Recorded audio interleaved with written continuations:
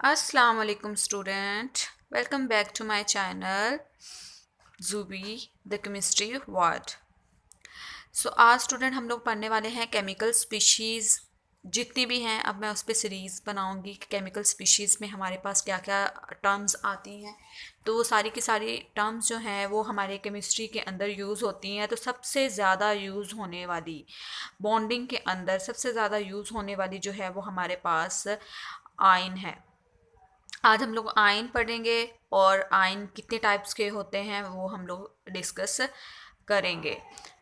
तो student first of all हम लोग देखते हैं कि आयन की डेफिनेशन क्या है।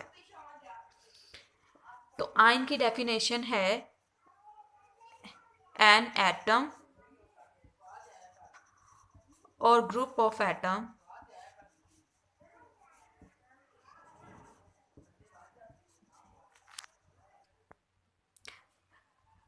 having any charge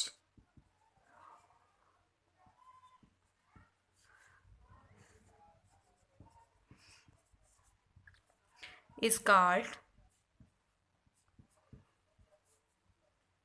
ion.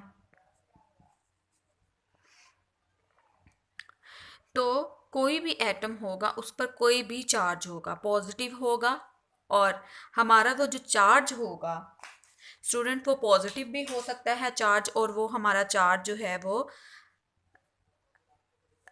Negative भी हो सकता है। तो एटम के ऊपर कोई भी चार्ज होगा, पॉजिटिव होगा, नेगेटिव होगा, तो हम उसको आयन बोलेंगे। तो स्टूडेंट फॉर एग्जांपल हम लोग कहते हैं कि जो हमारा सोडियम है उसके ऊपर पॉजिटिव चार्ज है। उसके बाद जितने भी अल्कली मेटल्स हैं हमारे पास, पोटाशियम, कोई भी अल्कली मेटल हो सकता है, लिथियम, और इसके अलावा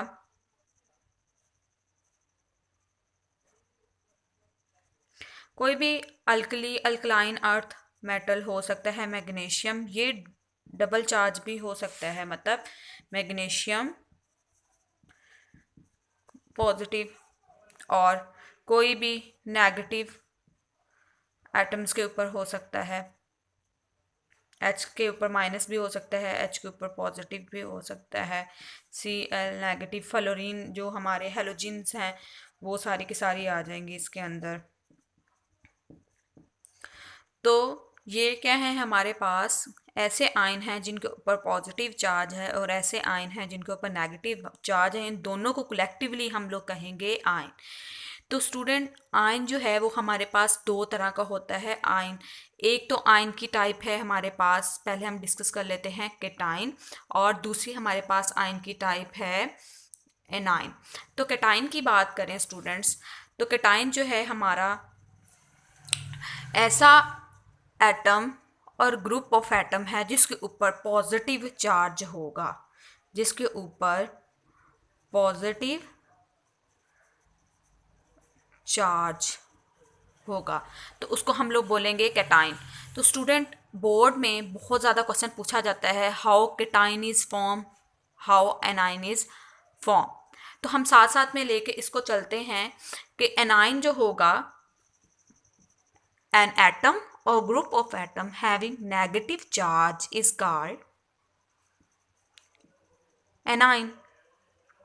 तो ये क्वेश्चन बोर्ड में बहुत ज़्यादा पूछा जाता है, जैसे कि मैं बता रही थी स्टूडेंट, इसको लिख लें, how cation and anion is form. मैं यहाँ पे नीचे लिख रही हूँ इसको, आप भी इसको लिख लो, हाउ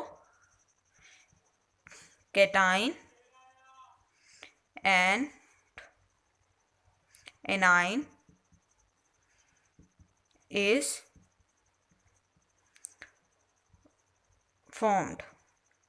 तो ये स्टूडेंट बहुत ज़्यादा रिपीटेबल क्वेश्चन होता है बोर्ड के अंदर, शॉर्ट क्वेश्चन जो बहुत ज़्यादा दफ़ा वो दे देता है, तो आपने इसको अच्छे से प्रिपेयर कर लेना है। तो सब फर्स्ट ऑफ ऑल देखेंगे कि हमारा जो केटाइन है वो किस तरह बनता है। तो the cation is form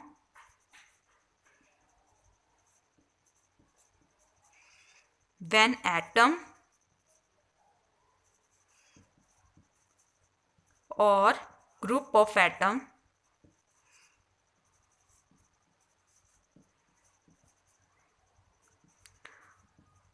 loses one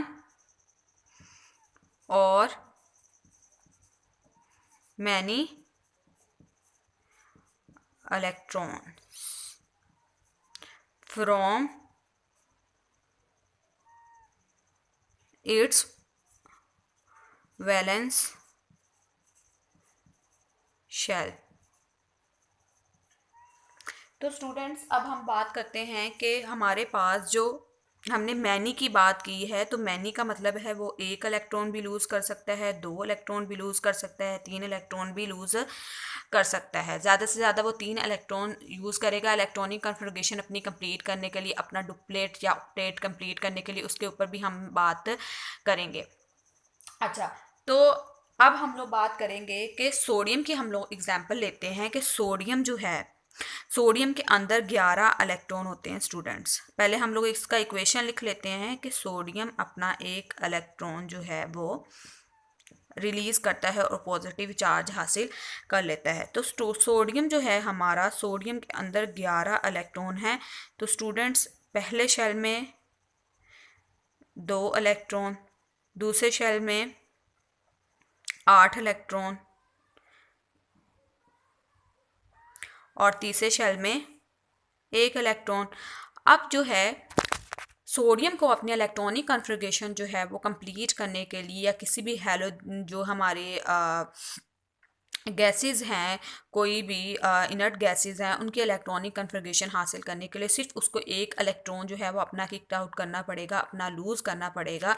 तो सोडियम क्या करता है कि अपने इस इलेक्ट्रॉन को लूज़ कर देता है और पॉजिटिव चार्ज इसके ऊपर आ जाता है। तो इस तरह सोडियम अपना एक इलेक्ट्रॉन जो है वो लूज़ कर देगा। तो आए हम अब बात कर लेते हैं एनाइन की। तो एनाइन जो है इसकी डेफिनेशन क्या होगी? The anion is formed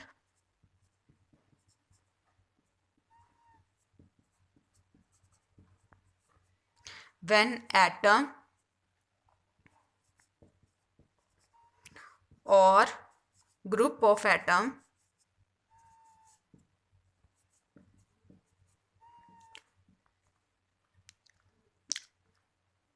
gain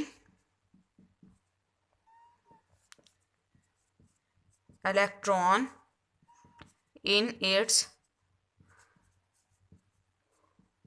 valence shell। तो एनाइन तब बनेगा जब कोई भी एटम जो है अपना इलेक्ट्रॉन जो है लूज़ करेगा, गेन करेगा अपने वैलेंस शेल के अंदर, तो वो एनाइन कहलाएगा। सपोज हम क्लोरीन की बात करते हैं। क्लोरीन बहुत ज़्यादा एक एग्जाम्पल है सोडियम क्लोराइड की मैंने ली है। सोडियम क्लोराइड में कैटाइन भी होता है, एनाइन भी होता है। तो अब क्लोरीन के ऊपर एक इलेक्ट्रॉन हासिल करके क्लोरीन के ऊपर नेगेटिव चार्ज आता था। क्लोरीन की बात करते हैं तो क्लोरीन के अंदर 17 इलेक्ट्रॉन होते हैं। तो क्लोरीन के वैलेंस शेल में 7 इलेक्ट्रॉन होते हैं। क्लोरीन जो है आर्गोन की इलेक्ट्रॉनिक कन्फिगरेशन हासिल करने के लिए क्लोरीन क्या करती है, एक इलेक्ट्रॉन ऐड कर लेती है। इस इलेक्ट्रॉन को मैं ग्रीन से बना देती हूँ स्टूडेंट्स। तो एक इलेक्ट्रॉन जो है वो ऐड कर लेती है, जिसकी वजह से क्लोरीन के ऊपर कौन सा चार्ज आ जाता है, negative charge. So it's all about chemical species part 1। Part 2 में मैं आप लोगों को बताऊंगी स्टूडेंट्स मॉलिक्यूल, मॉलिक्यूलर आयन और मॉलिक्यूलर कैटाइन और एनाइन। और उसके बाद हम लोग बात करेंगे रेडिकल एंड फ्री रेडिकल के डिफरेंस की पार्ट 3 के अंदर। सो स्टूडेंट, अगर आपको वीडियो अच्छी लगी है तो वीडियो को लाइक करें, चैनल को सब्सक्राइब करें और प्लीज़ प्लीज़ प्लीज़ प्लीज़ मेरे वीडियो को शेयर करें, मुझे और मोटिवेट करें कि मैं वीडियोस बनाऊं। तो स्टूडेंट प्लीज़, अगर कहीं भी कोई भी कन्फ्यूजन आता है तो आपने कमेंट बॉक्स में बताना है और नेक्स्ट वीडियो का मैं लिंक जो है इसमें डाल दूँगी ताकि आप लोगों को मुश्किल ना हो इसको ढूंढने में। So, Allah Hafiz. God bless you.